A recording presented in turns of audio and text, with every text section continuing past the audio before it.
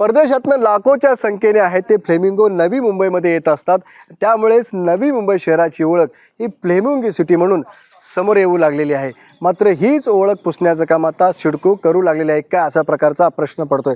कारण मी जो ठिकाणी उभा आहे हा समोर आहे DPS तलाव आहे आणि याच DPS तलावामध्ये हजारोच्या संख्येने फ्लेमिंगो इथे येत असतात आणि याच्या आजूबाजूच्या जो खाडी परिसर आहे तिथेही मोठ्या संख्येने फ्लेमिंगो येत असतात. मात्र हा तलाव पाम बीच रोडला लगत असल्यामुळे, मोक्याचा तलाव असल्यामुळे हा बुजवण्याचा घाट सिडकोच्या माध्यमातून सुरू आहे आणि हा तलाव बुजवून ह्या ठिकाणच्या जागा बुजवून करोडो रुपयाचे भूखंड विकून श्रीखंड कमवण्याचा या ठिकाणी इरादा सिडकोचा आहे. आणि त्यासाठी आता सिडकोच्या माध्यमातून याला कारण दाखवलं जात आहे की बाजूला सुरू होत असलेलं आंतरराष्ट्रीय विमानतळ. कारण याच विमानतळावरून जे विमानं उडणार आहेत आणि त्याच विमानाच्या मार्गामध्ये या ठिकाणचे फ्लेमिंगो येऊ शकतात आणि याचा मोठा अपघात होऊ शकतो, असं एक कारण सिडको बनवताना दिसून येतं. आपल्याबरोबर या ठिकाणी पर्यावरण तज्ज्ञ, पर्यावरणप्रेमी आपल्याबरोबर आहेत. बियान कुमार आहेत, त्याचबरोबर सेठी मॅडम आहेत, समीर बागवान. आपण त्यांच्याशी बोलूया. सर, काय मला सिडको परत एकदा या ठिकाणी हे सर्व बुजवण्याचा घाट घालते? आपल्या सर्वांना माहिती असेल की गेले एप्रिल महिन्यामध्ये या तलावाला, या DPS फ्लेमिंगो तलावाला कन्झर्वेशन रिझर्व, संरक्षित क्षेत्र म्हणून डिक्लेअर केलेले आहे सरकारने, शासनाने. चीफ मिनिस्टर देवेंद्र फडणवीसचे अध्यक्षतेखाली मीटिंग झाली होती आणि त्याच्यानंतरही त्या मीटिंगमध्ये पण, त्या मीटिंग झाल्यानंतर सिडकोने सरकारला कळवलं की याचा तुम्ही रिझर्वेशन कॅन्सल करा, कारण काय त्यांना हा भूखंड विकून त्यांना पैसे कमायचे आहे. आणि त्यांनी सरकारला सांगितलं की त्याच्यामुळे तुम्हाला 3,500 किंवा 4,000 कोटी रुपयाची रेव्हेन्यू मिळू शकतो. आणि दुसरी गोष्ट, ॲक्च्युली सिडको एअरपोर्टचं निर्माण करतो आहे. सिडको NMIA म्हणजे त्याच्या सिडको सभाग आहे. त्यांच्या रिपोर्टप्रमाणे हे जितकी बायोडायव्हर्सिटी आहे, ह्या वेटलँड्स वगैरे, ते संपूर्ण सेव्ह करायची, बायोडायव्हर्सिटी सेव्ह करण्याची त्यांनी कबुली केली आणि त्यांनी रिपोर्ट पण सेंट्रलला सबमिट केली. त्याच्या आधारावर त्यांना एन्व्हायरमेंट परमिशन मिळाला होता. आणि आता सिडको परत दुसरी खेळ खेळत आहे, हे बरोबर नाही आहे. आणि ॲक्च्युली फक्त पक्षीसाठी नाही, परंतु बायोडायव्हर्सिटीसाठी पण अशा प्रकारची तलावाचे संरक्षण करण्याची खूपच गरज आहे. आणि दुसरा, जितकी वेटलँड्स आहे, सॅटेलाईटद्वारा वेटलँडची आयडेंटिफिकेशन झालेली आहे, जे अशा प्रकारची कमीत कमी 1700 वेटलँड रायगड डिस्ट्रिक्टमध्ये आणि 1600 वेटलँड ठाणे जिल्ह्यामध्ये पण आहेत. ते संपूर्ण वेटलँडमध्ये आपण हा वेटलँड पण चांगला गेला येतो, इन्कॉर्पोरेटेड आहे. आणि हे सर्व वेटलँडला सर्वे करून, डॉक्युमेंटेशन करून, नोटिफिकेशन करायला महाराष्ट्र शासनाने चेन्नई स्थित एक संस्थेला त्याने हे दिले होते, मॅन्डेट दिली होती, national centre for sustainable coastal management म्हणून. त्यांची पण रिपोर्ट आहे. त्यांच्या वेटलँड मॅपमध्ये पण आपलं वेटलँड येत आहे. इतकी सारी हे पुरावा, संपूर्ण अध्ययन होऊनही, आणि मध्यंतरी wild life institute of India Dehradun स्थित त्यांनी पण स्टडी केली. हा वेटलँड सोडून बाकी जितके वेटलँड आहे, NRI वेटलँड, THNI वेटलँड, ते संपूर्ण कन्झर्वेशन करण्याची गरज आहे म्हणून. तरीही सिडकोचा परत हा प्रयत्न चालू आहे. हा दुर्दैवाची गोष्ट आहे. आणि विषय घेऊन आम्ही आजच मुख्यमंत्र्यांना पत्र लिहिलं होतं की हे संपूर्ण तुम्ही कॅन्सल करा, कारण काय आज जागतिक स्थलांतर पक्षी दिवस आहे. वर्ल्ड मायग्रेटरी बर्ड डे म्हणून आज हे साजरा करतो संपूर्ण विश्वात. आणि अशा दिवशी आम्हाला अशा प्रकारची बातमी ऐकायला येतो, दुर्दैवाची गोष्ट आहे. म्हणजे डायरेक्ट हे विमानाच्या मध्ये अडथळा होऊ शकतं, हे कारण बनवलं जातं. हा कारण त्यांनी दाखवलं होतं. त्यांनी पण ॲक्च्युली सिडकोनी स्वतः BNHSला कमिशन केली होती हे संपूर्ण स्टडी करायला.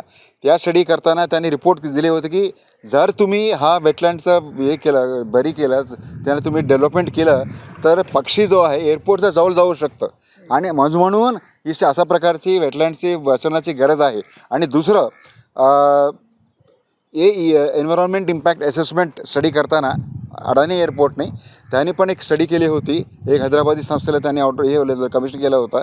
त्याच्यात पण त्यांनी क्लिअर मेन्शन केलं की BNHSच्या म्हणण्याप्रमाणे जितकी वेटलँड आहे त्यांना संपूर्ण कन्झर्व करायचं, बायोडायव्हर्सिटी करण्याची गरज आहे. आणि त्याच्यामुळे फ्लाईट्स पण सेफ होईल. आणि त्याच्यात सिडको अडाणी एअरपोर्टवाल्याने एक प्रश्न उभी केला की हा वेटलँडमध्ये पक्षी दिसत, पक्षीमुळे आम्हाला एअरक्राफ्टला काही त्रास होणार का. तर BNHSने रिपोर्ट दिली होती, त्याच्यात काय क्लॅश होण्याची शक्यता नाही. कारण काय तुमचे बर्ड जो आहे ना, पक्षी, त्याचं फ्लाईट करण्याची हाईट आणि विमानाची हाईट त्यामध्ये खूपच अंतर आहे. आणि हा पक्षी इथे जो आहे ना, जास्त उंचावर जात नाही. कारण काय इथून अलिबागहून इथून ठाणे फ्लेमिंगो सँक्चुरी ही याच लोकल एरियामध्ये फिरतात. त्याच्यामुळे त्यांना विमानाला काही त्रास होण्याची शक्यता नाही म्हणून त्यांनी नकारले ना. हा रिपोर्ट घेऊन अडाणी एअरपोर्ट NMIA सेंट्रलला रिपोर्ट सबमिट केली होती आणि इंटरनॅशनल सिव्हिल एव्हिएशन ऑर्गनायझेशन त्यांना पण सबमिट केला रिपोर्ट. त्याच्या आधारावर एअरपोर्टला आता एरोड्रोम लायसन्स मिळालं आहे. हे सगळं झाल्यानंतर आता परत हेच प्रश्न उभी करताय सिडको बार बार यही टूसना ट्राई चल रहा है कि ये पूरा ख़त्म करके यहाँ पे प्लॉट निकालेंगे. बहुत दुर्भाग्यपूर्ण है ये बात। एंड मैं एक आम नागरिक हूँ जो दिल से पर्यावरण के लिए परवाह करती हूँ, पर्यावरण को प्यार करती हूँ। तो मैं उस नाते आज बहुत दुखी हूँ और बहुत ही इमोशनल हो रही हूँ कि हमने तो सोचा था हमारी ये लेक अब फॉरेस्ट कंजर्व एरिया बन चुकी है, then why it is again been raised. That is very very shocking. तो मुझे तो मतलब बहुत शौक लगा और मैं इतनी धूप में, भरी धूप में घर से दौड़ कर यहाँ आई और सोचा कि ये अपने दिल की बात सबको बताऊं. एक रिक्वेस्ट है मेरी कि अगर हम करते हैं प्रकृति की परवाह तो क्यों नहीं करते इसे हर लम्हा हर लम्हा हर लम्हा. अगर आज हम यहाँ पे ये बेसिर पैर के रीज़न देकर कि फ्लेमिंगोज ऑब्स्ट्रक्ट करेंगे, जो अभी मैंने फैक्ट सुने, I think those are very logical और उनके पूरे हमारे पास तथ्य के सबूत भी हैं हमारे पास. हम बार बार उसी मुद्दे को उठा रहे हैं, जबकि सर ने क्लियरली बोला कि एयरपोर्ट का लाइसेंस भी इसी वजह से मिला कि फ्लेमिंगोज यहाँ लैंड करेंगे और ये इसकी वजह से वहाँ पे इजीली एयरपोर्ट बन सकता है, कोई इशू नहीं है. फिर हम उसे बिना बात बार बार उठा रहे हैं. मैं ये पूछना चाहती हूँ कि हम अपने आने वाली जो जनरेशन है उसको क्या दे के जाना चाहते हैं.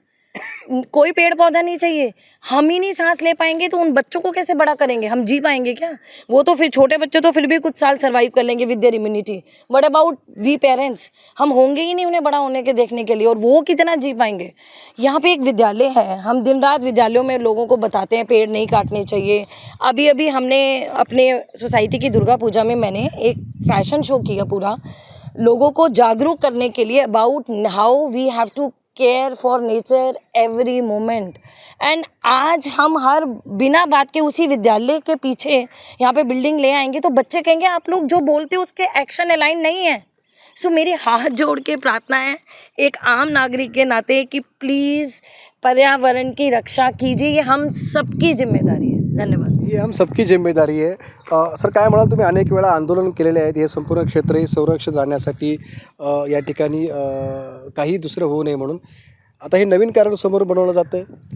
निश्चितच. खरं तर या फ्लेमिंगोने नवी मुंबईला एक जागतिक स्तरावर ओळख करून दिलेली आहे. नवी मुंबईला केवळ महाराष्ट्रात नाही, देशभरात नाही तर जगभरात फ्लेमिंगो सिटी म्हणून ओळखलं जातं. आणि या ठिकाणी फ्लेमिंगोबरोबर जगभरातले विविध पक्षी स्थलांतरित होऊन येत असतात. आणि आत्ता सिडको विमानाच्या झोनमध्ये फ्लेमिंगो येतील हे फुटकळ कारण काढून ह्या भूखंडाचा जर का सौदा करत असेल तर यांना नागरिक म्हणून आम्ही पूर्ण विरोध करू. मुळात आता सरांनी जसं सांगितलं, विमानतळ जेव्हा येण्याचं घाट घातला जात असतो तेव्हा ज्या काही परवानग्या बघितल्या जातात त्याच्यामध्ये विमानाचा उडण्याचा झोन, फ्लाईंग झोन, तिथे असलेल्या पक्ष्यांचा झोन याचा अभ्यास करून आधीच सगळे रिपोर्ट सादर केलेले जात असतात. मग आता पक्ष्यांच्या मध्ये विमान येतील असं कारण काढून सिडको जर का इथले भूखंड विकणार असतील तर नागरिकांच्या वतीने या ठिकाणी सातत्याने आंदोलनं झालेली आहेत. मग TS चाणक्यचा मागचा परिसर असेल, दिल्ली पब्लिकचा तलावाच्या मागचा परिसर असेल किंवा लोटस तलावाचा परिसर असेल, त्या ठिकाणी नागरिकांनी स्वतः पाण्यात उतरून आंदोलन केलेलं आहे. यावेळीसुद्धा सिडकोला जाग येण्यासाठी अशा पद्धतीची आंदोलनं करावी लागतील. नक्कीच आपण पाहतो की सिडकोने जर यानंतर ही प्लॉट विकण्याचा जर घाट घातला तर मात्र हे संपूर्णपणे फ्लेमिंगो संरक्षण क्षेत्र वाचवण्यासाठी तलावामध्ये उतरू, रस्त्यावर उतरू अशा प्रकारचा इशारा या ठिकाणी पर्यावरण तज्ज्ञ, पक्षीतज्ञांना देण्यात आलेला आहे. नायक पाटील, ABP माझा, नवी मुंबई. ABP माझा, उघडा डोळे बघा नीट.